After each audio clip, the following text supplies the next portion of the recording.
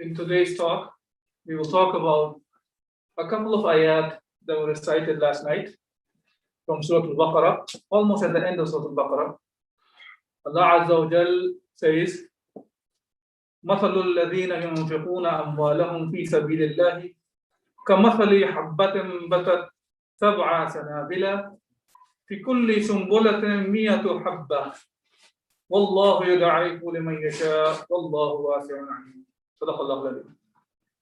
In this ayah, Allah Azza wa Jal is reminding us the blessings of charity.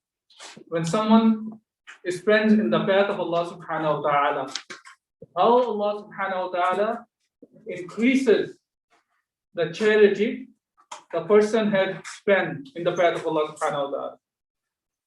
The meaning of the ayah that I recited says the charity of those who spend their wealth in the way of Allah subhanahu wa ta'ala may be like a grain of corn which produces 7 ears and each ear yields 100 grains. We start with one, it turns into 700. And not only that, likewise Allah develops many folds the charity of anyone He pleases, for He is all embracing and all wise. And Allah subhanahu wa ta'ala also mentions about how shaitan wants us to think and he tries to threaten us about poverty. As in the same surah, he tries to tell the people, Allah subhanahu wa ta'ala is saying that ash-shaytanu ya'idukum al-faqr wa ya'murukum bil-fahsha. Allah subhanahu wa ta'ala says the shaitan threatens you with what? He threatens you with poverty. And he commands you to do fahisha. Fahisha means illicit behaviors. So that's about, so people start thinking as if they give in the path of Allah, or if they do the things in the path of Allah subhanahu wa ta'ala, they will come across poverty. And Allah subhanahu wa ta'ala is reminding us of His blessings. And then almost at the end of the surah, which is, some of the fuqaha say this was one of the last ayat that were revealed to Rasulullah sallallahu alaihi wasallam. And that is referred as ayatul riba as well. Ayatul riba. Riba means, in Urdu called sood, in English usury, whatever you want to call it. Allah Azza wa Jalla says, الَّذِينَ يَأْكُلُونَ الرِّبَا لَا يَقُومُونَ إِلَّا كَمَا يَقُومُ الَّذِي يَتَخَبَّطَهُ الشَّيْطَانُ مِنَ الْمَسِّ ذَلِكَ بِأَنَّهُمْ قَالُوا إِنَّمَا الْبَيْعُ مِثْلُ الرِّبَا وَأَحَلَّ اللَّهُ الْبَيْعَ وَحَرَّمَ الرِّبَا فَمَنْ جَاءَهُ مَوْعِظَةٌ مِنْ رَبِّهِ فَانْتَهَى فَلَهُ مَا سَلَفَ وَأَمْرُهُ إِلَى اللَّهِ وَمَنْ عَادَ فَأُولَٰئِكَ أَصْحَابُ النَّارِ هُمْ فِيهَا خَالِدُونَ. Allah Azza wa Jalla is reminding us about the issue of riba, about the usury. And He says those people who are eating, devouring the usury, they act like as if shaitan has touched them. Like shaitan has touched them and they're bewitched by him. They act like crazy. And there are many people we find around us sometimes. The moment they feel that they can get involved in riba, get big, huge loans, and they can expand their businesses, and they go crazy about that. Look how much money I can make out of that. What kind of house I can get into. What kind of car I can buy. And this issue of riba becomes so crazy for them, they get blindsided. That Allah Azza wa Jalla even has declared the war against the people who are involved with the riba. Allah and His Messenger. Subhanallah. Such a big threat that Allah subhanahu wa ta'ala, and unfortunately, this has become a norm in the society to an extent.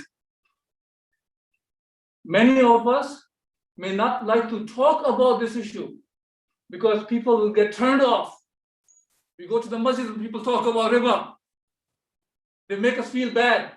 So let's not talk about this issue. That would be injustice from the end of whoever uses the member of Rasulullah sallallahu alaihi wasallam. So not to remind our brothers and sisters that how big and the grave of a sin that is. And it is not only talking about the individual level, that has become a societal norm. As a matter of fact, we get to the point where people, on a state level actually, there are things that you cannot get if you're not involved in riba. If you are dealing, if you're buying the house with the riba, there are many good things you can get from the state, so-called good things. Your kids may get better education or means of better education. I can tell you, I can testify about that.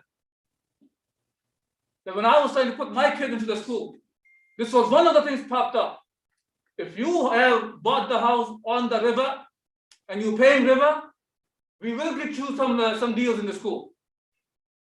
And similar kind of things can be seen. And if you have bought the house in the halal way, ma'a salam, you're not going to get anything from the state. So the riba system has been supported on a state level. They want the people to be hooked on that and be enslaved by the system. One of the reasons I want to talk about today, this was, mashallah, there's a lot of youth here. I want you guys to take this and remember this. Do not get involved into this big haram. It is such a big haram that Rasulullah sallallahu alayhi wa sallam mentioned about that there are 70 branches of riba, 70 levels of riba. And the lowest level of the riba is having intercourse with your own mother. See how big of a sin that is. May Allah subhanahu wa ta'ala protect us all and get the heat out of the ayat that we are reciting and trying to understand the message from it. And just to finish off with the last ayah, as Shaitan tries to remind the people of poverty, look, Allah subhanahu wa ta'ala telling us about the people who are involved with Allah subhanahu wa ta'ala says, يَمْحَقُ اللَّهُ رِبَا وَيُرْبِي الصَّدَقَةِ وَاللَّهُ لَا يُحِبُّ الْكُلَّ كَفَّارٍ أَثِيمٍ. Allah will destroy the riba, deprive the riba, and Allah subhanahu wa ta'ala will increase the sadaqat, the charity that you are spending in the path of Allah subhanahu wa ta'ala. May Allah subhanahu wa ta'ala make us all among those who stay away, miles away from this great sin of involving the riba. And may Allah subhanahu wa ta'ala make us among those who spend in the path of Allah subhanahu wa ta'ala only for the sake of Allah subhanahu wa ta'ala and not for the photo ops, so the people can say, oh, this brother has given charity.